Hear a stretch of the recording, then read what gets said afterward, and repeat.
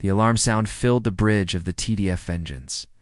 Captain Jake Morrison sat up straight in his chair as the communication officer turned toward him with wide eyes. "Sir, we're getting a signal from the Galactic Council. It's marked as urgent," said Lieutenant Amy Barnes. Jake nodded. The main screen flickered and showed the inside of the Great Council chamber. Beings from dozens of different worlds sat in a huge circle. Some looked like giant insects. Others were made of what seemed like living crystal. Few floated in tanks of strange colored gas. At the center stood Counselor Veltar.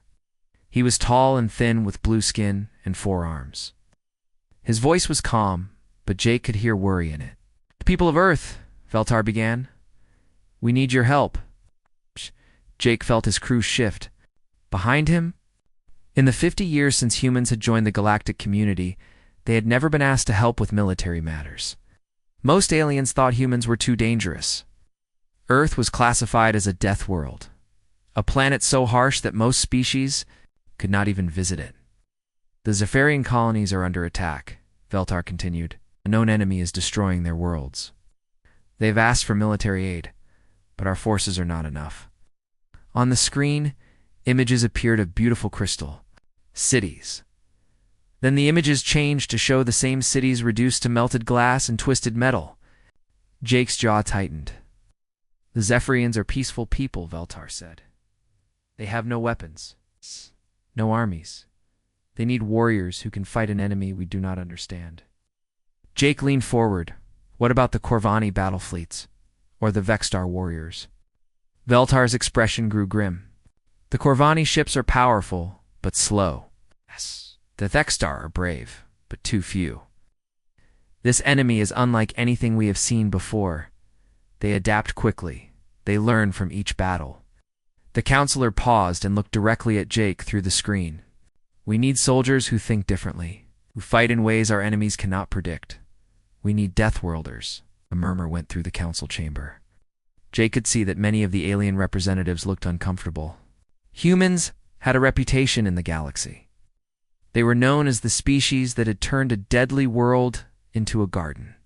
The species that had fought wars for thousands of years and somehow learned to make peace. Species that other aliens feared and respected in equal measure.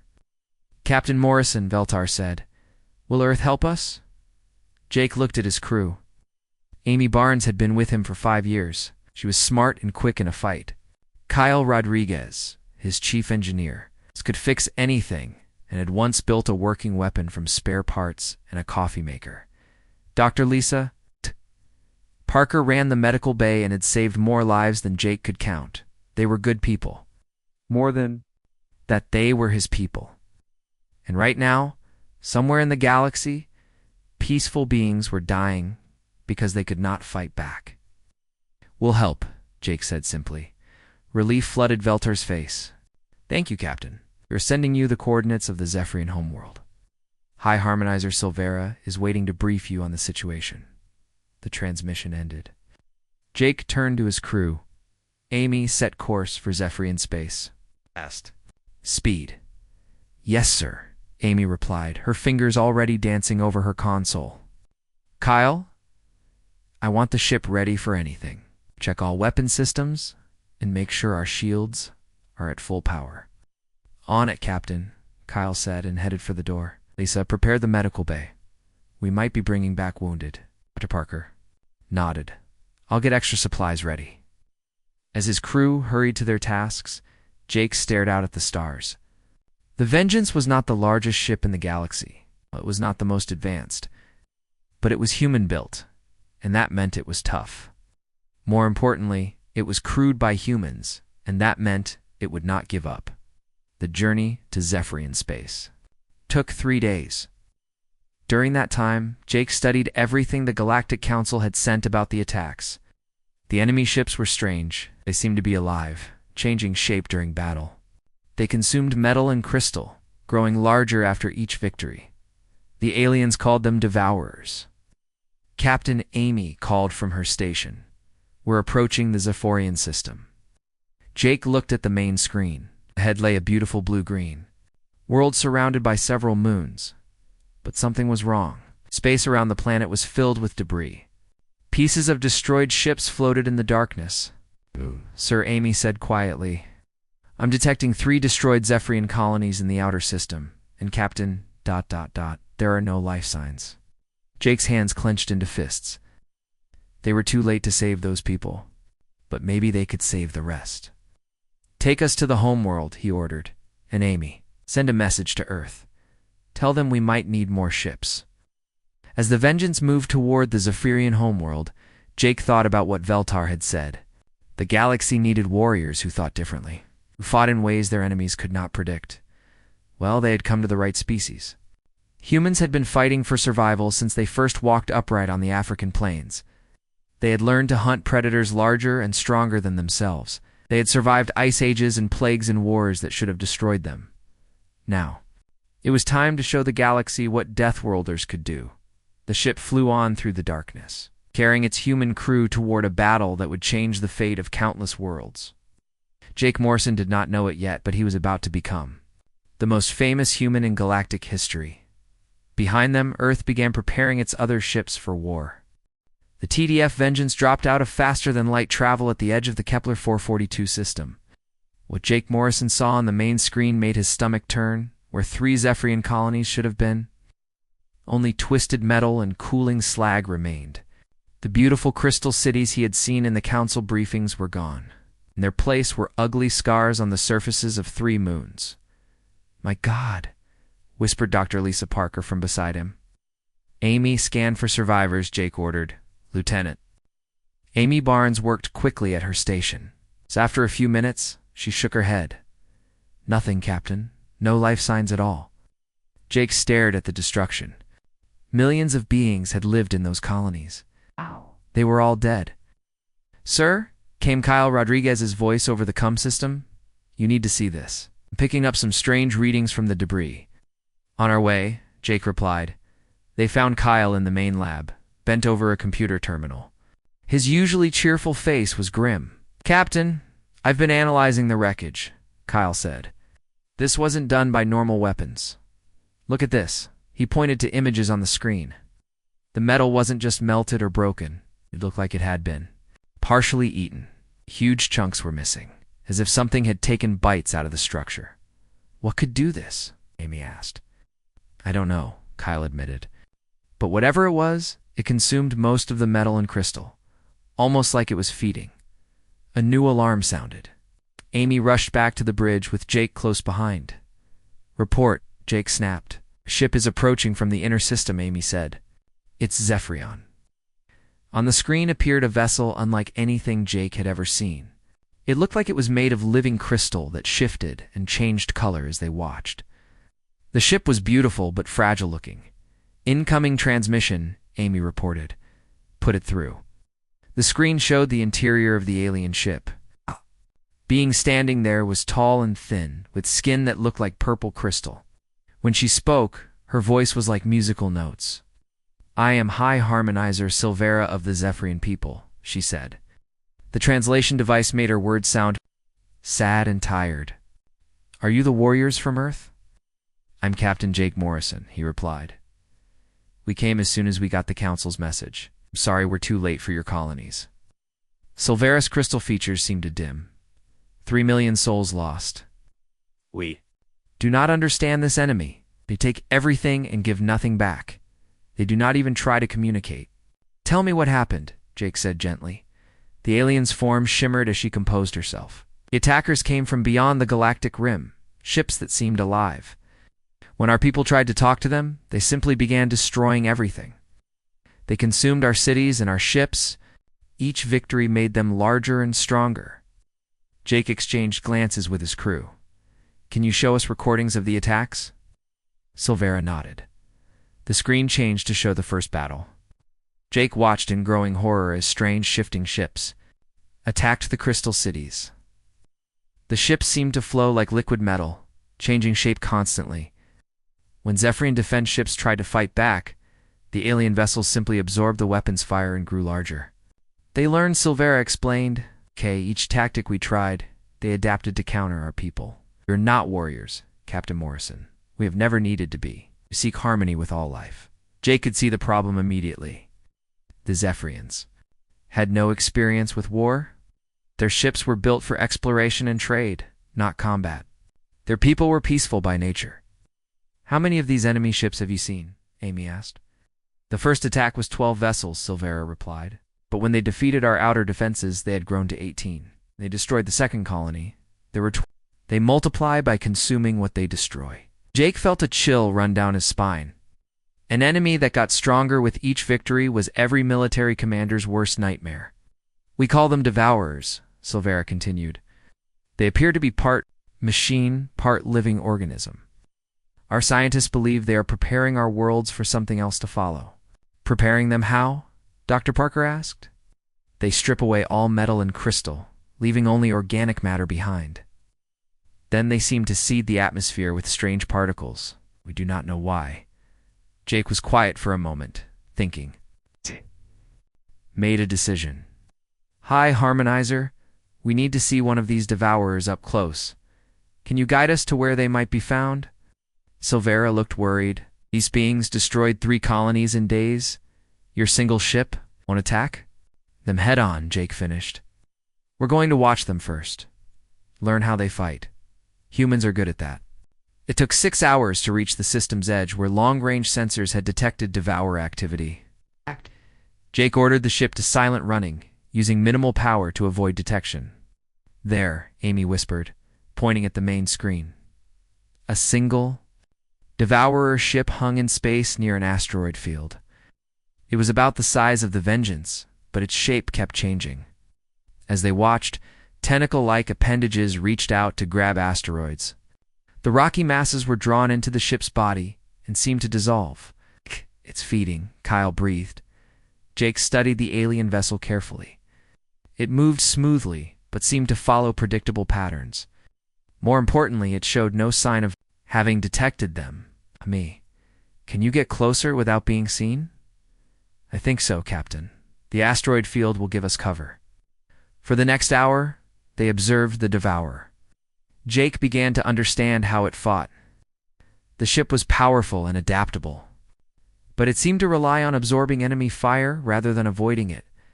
It was like a boxer who was used to fighting opponents who always threw the same punches. "Kyle, what do you think would happen if we hit it with something it couldn't absorb?" The engineer thought for a moment. "Well, their hull seems designed to convert energy into matter for growth. But what if we used kinetic weapons? Old-fashioned bullets and missiles? Physical impacts instead of energy beams?" Jake mused. "They might not be able to adapt to that as easily." Dr. Parker had been studying the sensor readings. "Captain, I'm detecting some kind of neural activity in that ship. I think the vessel itself might be alive." Before Jake could respond, alarms started blaring. "Captain," Amy shouted. 3 more Devourer ships just appeared. They're heading straight for us." On the screen, the alien vessels flowed through space like giant metal sharks. Their shapes shifted and changed as they approached. "So much for staying hidden," Jake muttered. "All hands, battle stations. Amy, get us out of this asteroid field. Kyle, prepare all weapons." "Which weapons, sir?" Kyle asked. Jake smiled grimly. "All of them. Let's see how these things handle a little human creativity." The first real battle between humanity and the Devourers was about to begin. Jake had no idea that their fight would be watched by intelligence networks across the galaxy, or that the outcome would determine whether the human race would be seen as saviors or as just another species to be consumed. He only knew that people were dying, and that was something he could not allow. The 3 Devourer ships moved through space like living metal predators. Jake Morrison watched them approach on the main screen of the TDF Vengeance and felt his heartbeat quicken. This was it. Humanity's first real test against an unknown enemy. "Kyle, status on weapons," Jake called out. "All systems ready, Captain," came the reply from engineering. "I've loaded the torpedo tubes with conventional explosives instead of energy warheads." "Good thinking, Amy. Evasive maneuvers. Don't let them get a lock on us." The Vengeance banked hard to the left as the first Devourer opened fire. Streams of some kind of acidic substance shot past where they had been moments before. "That's new," Amy muttered, hands flying over her controls. The second Devourer tried to ram them. Jake watched in amazement as the alien ship stretched itself out like a spear, trying to pierce their hull. Amy rolled the ship just in time, and the Devourer shot past them. "They're not fighting like normal ships," Dr. Parker observed from her station. "Because they're not normal ships," Jake replied. "They're alive." Kyle fired torpedoes at the nearest one. "Let's see how they handle good old-fashioned explosives." 2 missiles streaked toward the closest Devourer. The alien ship extended what looked like arms to catch them, probably expecting to absorb the energy. Instead, the torpedoes exploded on contact. Tearing chunks off the creature's hull, the Devourer made a sound that came through their speakers, a horrible shriek of pain and anger. "It worked!" Kyle shouted. "Explosions are damaging them instead of feeding them."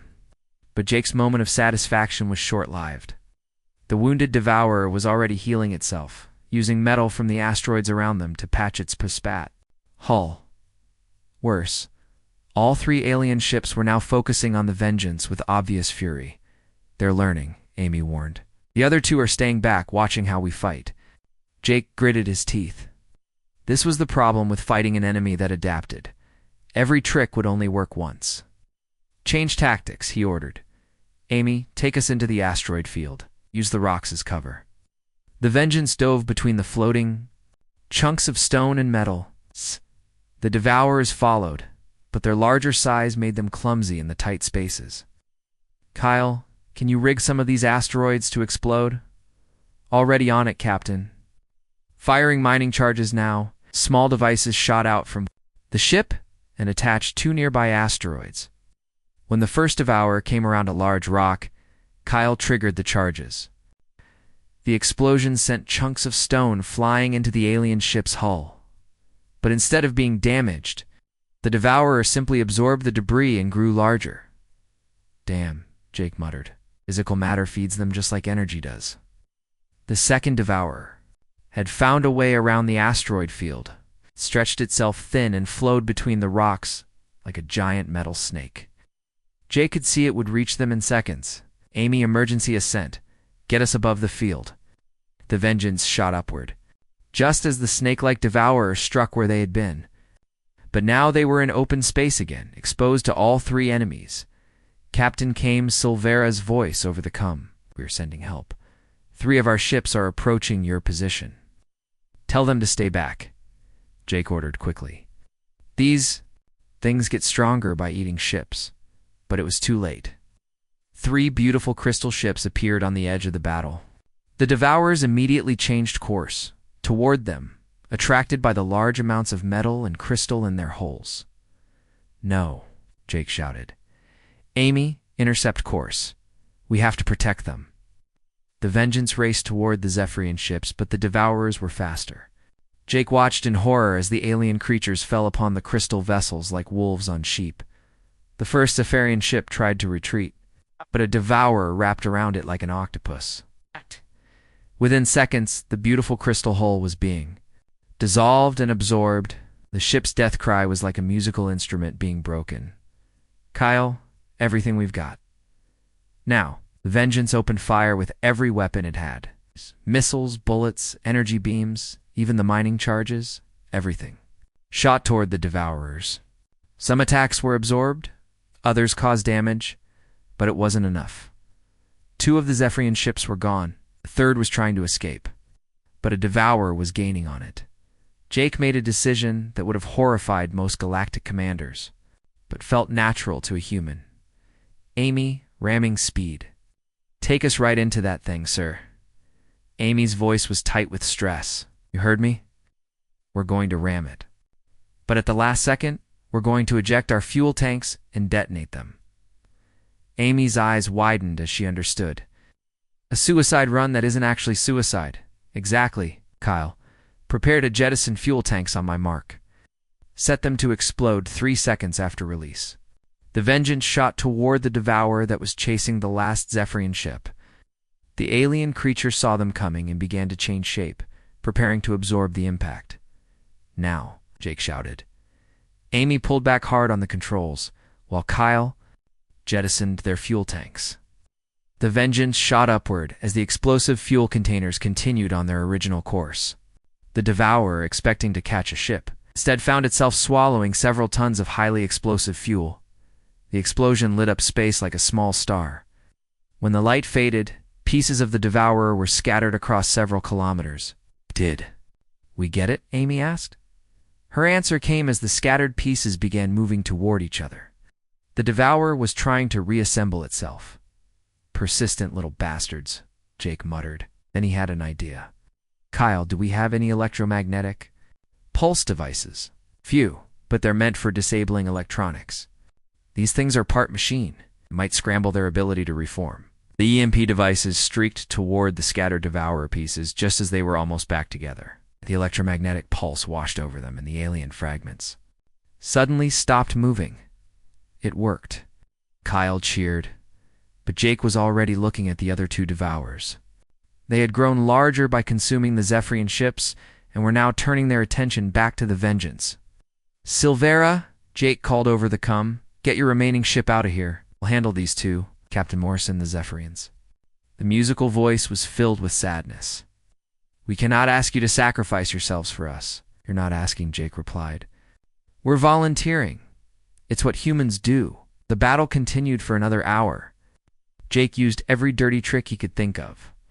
They lured the Devourers into each other, causing them to fight briefly before remembering their real target. They used debris as weapons, fired from unexpected angles, and even tried psychological warfare by broadcasting recordings of the sounds the first Devourer had made when it died. Finally, the remaining two Devourers retreated. They had taken too much damage and needed time to heal and adapt to human tactics. As the alien ships disappeared into faster-than-light travel, Jake slumped in his chair. They had one, but barely. Damage report, he called out. Hull breaches on decks 3 and 7, Kyle reported. Weapon systems at 60%, but we're alive. Dr. Parker's voice came over the intercom. Medical bay to bridge. We've got 12. Injured crew members, but no fatalities. Jake nodded. They had been lucky. Captain Silvera's voice was filled with something that might have been awe. In all our history, no one has ever made the Devourers retreat. How did you do it? Jake thought about how to explain it. We fight differently than you do. We don't try to find the perfect solution. We just try everything until something works. But the risks you took, ramming an enemy ship. Sometimes the crazy plan is the only plan that works, Jake replied. But Silvera, this isn't over. Those two got away, and they're going to tell their friends about us. Next time they'll be ready for our tricks. Amy looked up from her console. Captain, I'm detecting massive energy signatures from the galactic rim. Whatever those Devourers were preparing for, I think it's coming. Jake stared out at the stars and felt a chill that had nothing to do with the cold of space. The real war was just beginning. 3 weeks after the battle at Kepler 442, Captain Jake Morrison stood in the war room of the Galactic Command Station above the Zephyrian homeworld. Around the table sat representatives from every major species in the galaxy. The mood was grim. Analysis is complete, announced Dr. Lisa Parker, displaying data on the room's main screen. The Devourer technology we captured contains information about their creators. Jake watched as images appeared showing massive mechanical structures floating in the void between galaxies. Ships the size of moons moved in perfect formation, their hulls gleaming with an unnatural light. They call themselves the Hierarchy. Dr. Parker continued. They're an ancient machine intelligence that has been destroying galaxies for millions of years. The Devourers were just scouts, preparing the way for invasion. A heavy silence fell over the room. Counselor Veltar was the first to speak. How long do we have? Amy Barnes, now promoted to commander after their victory, checked her datapad. Based on the energy signatures we're detecting, the main Hierarchy fleet will arrive in 6 months. 6 months, repeated General Caxton of the Corvani military. His insect-like features clicked with agitation. My battle fleets need at least a year to fully mobilize. The Vexstar warrior clans can be ready in 3 months, growled Chief Warrior Bractal. But we number only in the thousands. These Hierarchy forces seem to number in the millions. Jake listened to the debate that followed. Every species had the same problem. They weren't ready for a war of this scale. Worse, they weren't ready for an enemy that could adapt to their fighting styles. What about evacuation? Suggested Ambassador Kyrax of the Andromedan Coalition. We could move our populations to the far side of the galaxy. And then what? Jake asked quietly. Wait for them to follow us there too. The data shows they've been doing this for millions of years. They're patient. They'll hunt us down eventually. Harmonizer Silvera, who had been silent until now, spoke up. Captain Morrison is right. We cannot run forever. But how can we fight beings that have conquered entire galaxies? Jake stood up and walked to the main display. By not fighting them the way they expect, he turned to face the room. Every species they've conquered before fought predictably. They used standard military tactics, logical formations, and gave the hierarchy time to adapt. We need to do something different. What are you suggesting? Asked Veltar. I'm suggesting we put together a joint task force, Jake replied. Ships from every species, but using human command structure and tactics. We fight like Deathworlders. The room erupted in discussion. Many of the alien representatives looked uncomfortable with the idea of following human leadership. Want us to abandon thousands of years of military tradition. General Caxton clicked angrily. I want you to survive, Jake shot back. Your traditions are exactly what the hierarchy is counting on. Expect you to fight honorably, predictably, logically. Humans gave up fighting logically a long time ago. Chief Warrior Breakdale slammed his fist on the table. The Vextar do not take orders from other species. Then the Vextar will die with honor, Jake said bluntly, along with everyone else. Room fell silent. Jake looked around at the assembled beings and saw fear in their eyes. Good. Fear would make them listen. I've been studying the hierarchy data, he continued. They're like a computer program, incredibly powerful, but they follow patterns. They expect their enemies to act rationally. But humans stopped being rational about warfare thousands of years ago. Dr. Parker stepped forward. I've been working with the captured Devourer technology. The hierarchy machines are partially biological. They incorporate neural patterns from conquered species into their collective intelligence. What does that mean? Asked Silvera. It means they're not just machines, Dr. Parker explained. They're a combination of every species they've ever conquered. But those species all shared certain traits. They were logical, predictable, orderly. Jake nodded. They've never faced a species like humans. We're the only ones who survived on a death world by being unpredictable. By adapting faster than our environment could kill us. Over the next hour, Jake outlined his plan. It was audacious, even by human standards. Instead of fighting as separate fleets, all the galactic species would be mixed together into combined units. Corvani, heavy weapons, would be paired with Vexter boarding parties. Andromedan shields would protect Nexus's collective computer cores. And human officers would command them all. This is madness, muttered Ambassador Kyrax. Yes, Jake agreed. That's the point. The vote was close, but fear of extinction won out over pride. Jake found himself appointed Supreme Commander of the Galactic Defense Force, a title that would have been laughable 6 months ago. The next 4 months were a nightmare of logistics and training. Jake had to teach alien species to think like humans, to embrace chaos, to take calculated risks, to sacrifice for strategic advantage. Kyle Rodriguez, a chief engineer for the entire fleet, worked miracles combining different technologies. Corvani weapons were mounted on the X-Star ships. Human engines were installed in Zephyrian hulls. Everything that should have been impossible became standard procedure. Dr. Parker established field hospitals on every ship, treating wounded beings from dozens of different species. Her work created the first truly integrated medical corps in galactic history. Amy Barnes trained mixed-species crews in human combat doctrines. She taught Corvani pilots to fight like fighter jockeys instead of formation flyers. She showed the X-Star warriors how to work as teams instead of individual heroes. But it was Jake who had the hardest job, convincing entire civilizations to trust their survival to a species most of them still considered barely civilized. You're asking us to become like you, Veltar said during one of their planning sessions. No, Jake replied. I'm asking you to fight like us. There's a difference. Oh, The day the hierarchy arrived, Jake stood on the bridge of the new flagship TDF Defiance. It owned him. Beings from a dozen different worlds worked together at stations designed by human engineers, but operated by alien hands. Enemy fleet detected, called out Lieutenant Zara Kim, the new tactical officer. They're huge, sir. On the main screen, the hierarchy fleet appeared. Thousands of ships, each one the size of a city.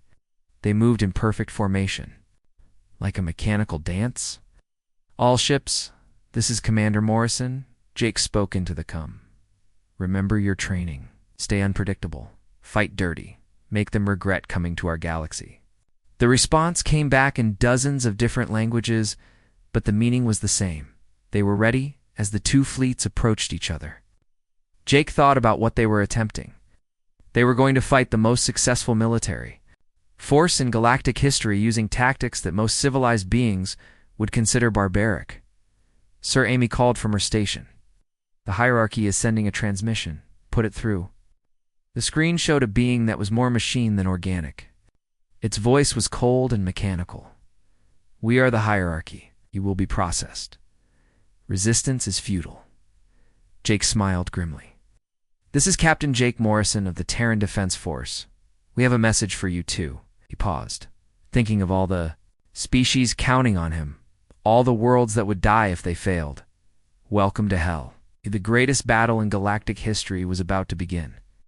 The battle began exactly as Jake Morrison had expected, and nothing like the hierarchy had planned. Instead of forming neat battle lines, the galactic fleet scattered in all directions like a school of fish avoiding a predator. Corvani heavy. Cruisers paired with nimble Vex starfighters attacked from above and below. Andromedon shield ships protected clusters of smaller vessels that darted in and out of the enemy formation. Hierarchy forces are trying to adapt to our movements, reported Amy Barnes from her tactical station. But they can't lock on to any single strategy. Jake watched the main screen as the ancient machine intelligence struggled with something it had never encountered before. Pure chaos with purpose behind it. Kyle, status on the special weapons? Ready when you are, Captain, came Kyle Rodriguez's voice from engineering. Though I still think this is the craziest thing we've ever tried. Jake smiled grimly. Over the past months, Kyle had developed weapons that no sane military would ever approve. Missiles that changed course randomly. Bombs that didn't explode until they had penetrated deep into enemy ships. Even stranger devices that Kyle refused to explain, claiming Jake wouldn't believe him anyway. All units, execute Plan Alpha, Jake commanded. Across the battlefield, human-trained crews began implementing tactics that violated every rule of civilized warfare. Ships pretended to be disabled, then attacked when the enemy came to investigate. Others used their own destroyed vessels as improvised weapons, hurling the wreckage at hierarchy forces. Most shocking of all was what the Vexstar warriors did. Chief Warrior Breakdull led boarding parties directly into hierarchy ships, not to capture them, but to plant bombs and cause internal damage before escaping. The enemy is adapting, Amy warned. They're changing their formation to counter our tactics. Good, Jake replied. That means they're predictable again. Switch to Plan Beta. Plan Beta was even crazier than Plan Alpha. Jake had divided his fleet into hundreds of small groups, each following completely different tactical doctrines. Some used ancient human naval strategies. Others fought like air forces from Earth's world wars. A few even adopted tactics from human video games that had been popular centuries ago. The hierarchy's collective intelligence couldn't process the chaos. Every time they adapted to one group's tactics, 3 other groups would hit them using completely different methods. Sir? Lieutenant Zara Kim called out excitedly. The enemy's main command ship is exposed. Their formation is breaking down. Jake could see it on the tactical display. The hierarchy forces were so confused by the random attacks that they had left their central command vessel vulnerable. Kyle, is the special package ready? As ready as something that insane can be, Kyle replied.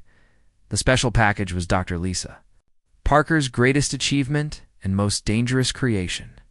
Working with captured devourer technology, she had developed a virus that could affect the hierarchy's collective consciousness. Not a computer virus, but something much stranger. A mental virus that carried human concepts like individual freedom and self-sacrifice. Amy, take us in. We're going to deliver this personally. The TDF Defiance broke from the main battle and shot toward the Hierarchy command ship. It was massive, easily 50 times larger than their vessel. Its hull bristled with weapons and seemed to pulse with malevolent intelligence. "They're trying to lock onto us," Amy reported, her hands flying over the controls. "But I'm using random flight patterns. They can't predict where we'll be next." Energy beams and projectiles filled the space around them as the Defiance danced. Between the attacks, Jake felt his heart pounding as they got closer to the massive enemy ship. Approaching optimal delivery range, Kyle announced, "Do it," Jake ordered. A single small device shot from the Defiance toward the Hierarchy command ship. It looked harmless, just a tiny metal sphere that could easily be mistaken for debris. The sphere passed through the enemies shields without triggering any alarms. The Hierarchy had never encountered a weapon that attacked minds instead of matter. For a moment, nothing happened. Then the command ship began to shudder. "It's working." Dr. Parker's voice came over the comm from the medical bay where she was.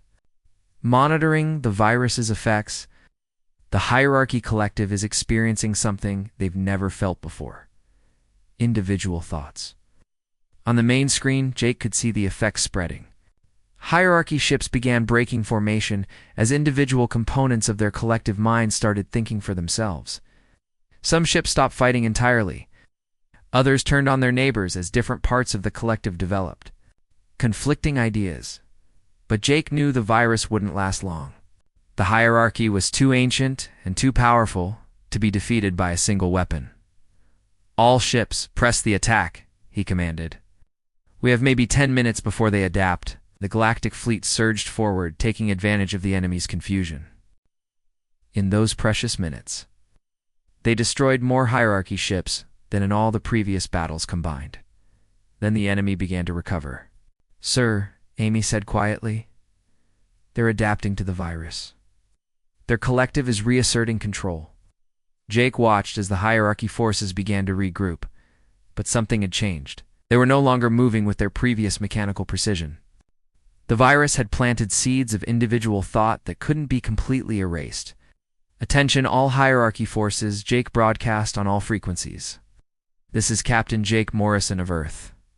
You wanted to process us? You wanted to add us to your collective? Congratulations, you've got a piece of human consciousness whether you wanted it or not."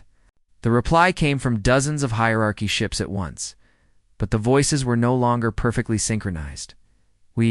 I. "What have you done to us?" "We gave you a gift," Jake replied. "The gift of choice. For the first time in millions of years, you can choose to stop this war." The battle paused as the Hierarchy struggled with concepts they had never experienced. Individual will, personal sacrifice. The idea that losing could be worth something if it saved others. Many of the Hierarchy ships continued fighting, their collective mind reasserting control. But others hesitated. Few even began withdrawing from the battle. "This is impossible." It came a transmission from what Jake assumed was the Hierarchy's main consciousness. "We are perfect. We're unified. We cannot be divided. You're not perfect." Jake shot back. "You're just old. You've been alone for so long that you forgot what it means to choose your own path." The final phase of the battle was unlike anything in galactic history. It wasn't just ships fighting ships. It was ideas fighting ideas. The Hierarchy's ancient certainty against humanity's chaotic creativity. In the end, it was Kyle Rodriguez who delivered the decisive blow. As the TDF Defiance was surrounded by enemy vessels, he triggered a device that no one had expected, including Jake. "Kyle, what are you doing?" Jake shouted as alarms filled the bridge. "Something stupid and heroic." Kyle replied calmly.